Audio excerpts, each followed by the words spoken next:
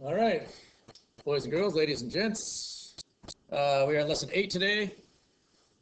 If you tried the challenge question last day, I told you that I would put the answer up today, and this is what I got. If I did everything correctly, hopefully I did. But it's possible that I screwed up, so you never know. Anyway, I added I think there's 5 different shapes. The problem area is this little triangle in there, which was 7 by 7, which is 49, and then half of it. So don't forget that you have to take 49 and divide it by 2 to get 24 and a half, and then add it to all the other side or areas. And I got a grand total of 2908.5 centimeters squared. All right, so let's put that away for now. Let's carry on. Today, we're going to be talking about, I think, one of our last formulas for this unit. We should know at this point 5 formulas, and these are what they are. Pythagoras' theory, which is a squared plus b squared equals c squared. That's for finding the area, or not the area, for finding a missing side of a right triangle. Then we had the perimeter of any shape, and the formula is pretty simple. It's just add up all sides.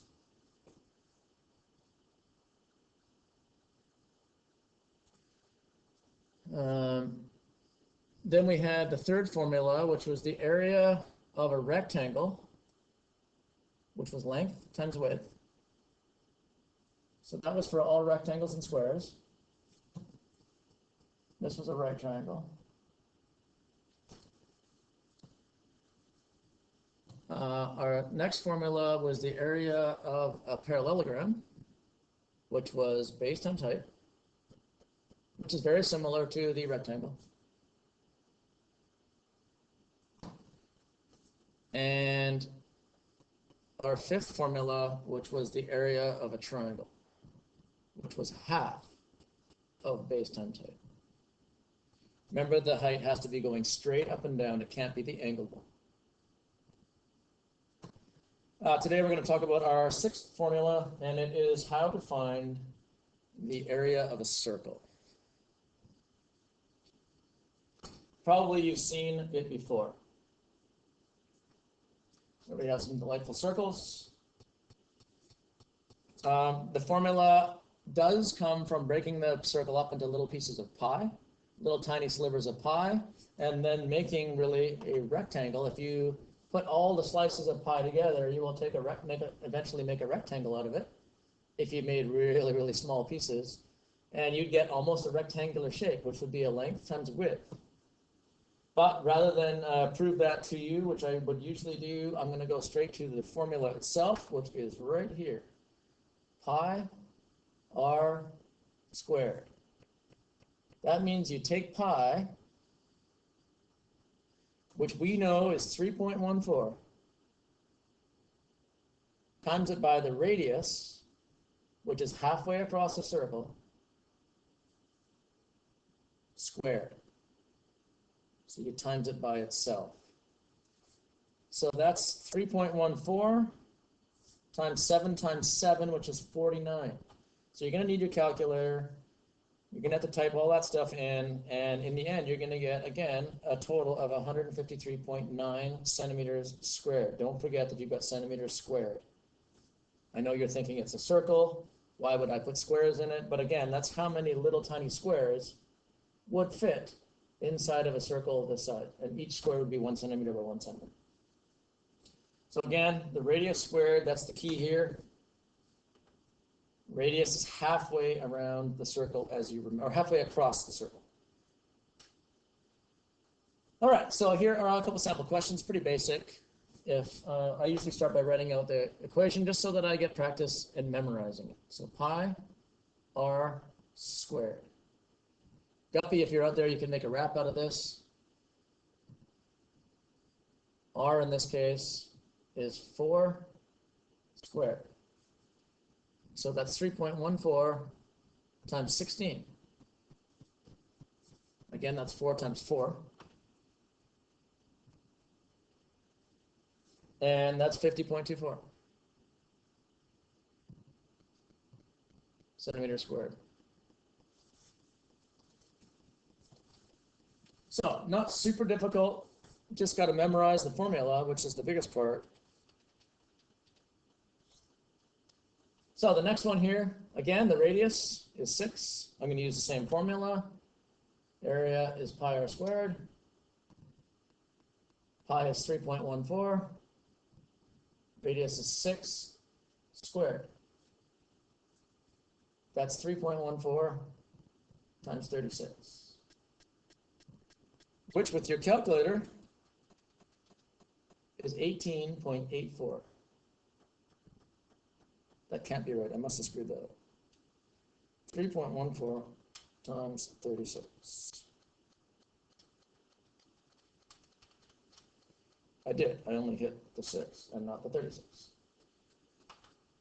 113.04. Pretty basic. The last question here is a little bit more difficult because I've given you the diameter, and most of you are thinking that's not difficult, nukes. You're trying to fool us. I'm just going to take half the diameter, which would be half of 13. Oh my gosh, that's not in the middle. Let's try that again. Half. That's still not very even, but who cares? 6.5 would be half the diameter, which would be the radius. So the area is pi times 6.5 squared. That's 3.14 times 6.5 times 6.5. If you've got a squared button on your calculator, you can just hit 6.5 and then hit the x squared button and it'll square it for you. If you don't have the x squared button, just have to type in 6.5 times 6.5. And that's 42.25. I'm running out of room. Times that by 3.14. And I get the area of the circle is 132.665. I'm going to round that off to 132.7 centimeters squared. All right, pretty basic. If you wanted to find the area of half a circle, it's pretty simple. If you're given the circumference and not the diameter, then you're going to have to work backwards. You're going to use the same formula. C is pi. No, you're not going to use that formula. You're going to say area. I'm talking about circumference there for a second. This is a more difficult question than I first thought. This is the circumference is 44, and you're trying to find the area. Now you're given the circumference. You're going to have to work backwards and find out what the diameter is. If you remember, we had to use the original formula. C equals pi t. I'm going to have to divide this by 3.14 to get the circumference. So I've got 44 is my circumference. It's 3.14 times d. So I'm going to have to divide by 3.14.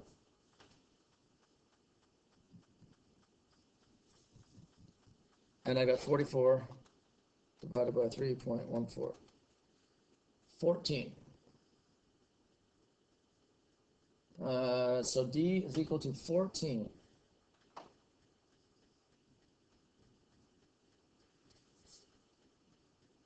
Basically 44 divided by 3.14.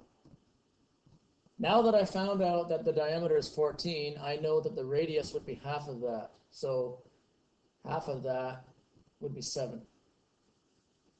Now I'm going to use my new formula. Area is pi r squared,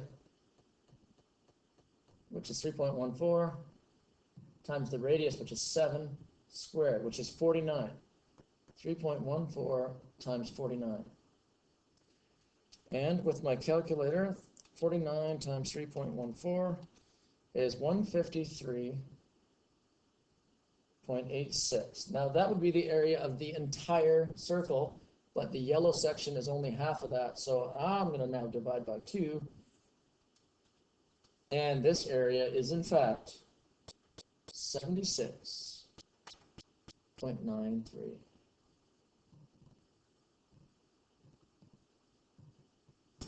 Wow, that's a really deep question and it's difficult. So way to go for sticking through it. This is a horrible question. I'm going to leave this up here. You can pause on this. This is a real challenge. But I'm going to leave this question up here for you to try. You're trying to find the area of the orange section.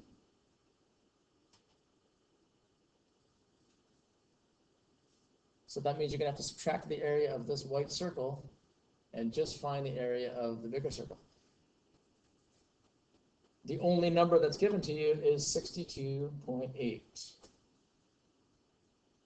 But you are told that these distances are the same by these little marks, remember? So keep that in mind. That's a hint. You can pause that and give it a try. We will hopefully remember at the beginning of the next one to, you know what, let's try something. Let's pause this right here and I'll try it out and then we'll come back.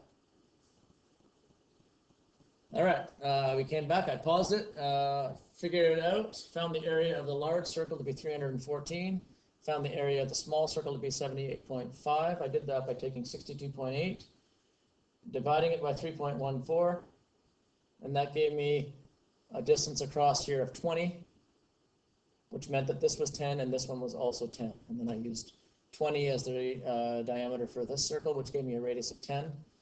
And 10 was the diameter of this smaller circle that I had to subtract, and the radius was 5. So in total, 235.5.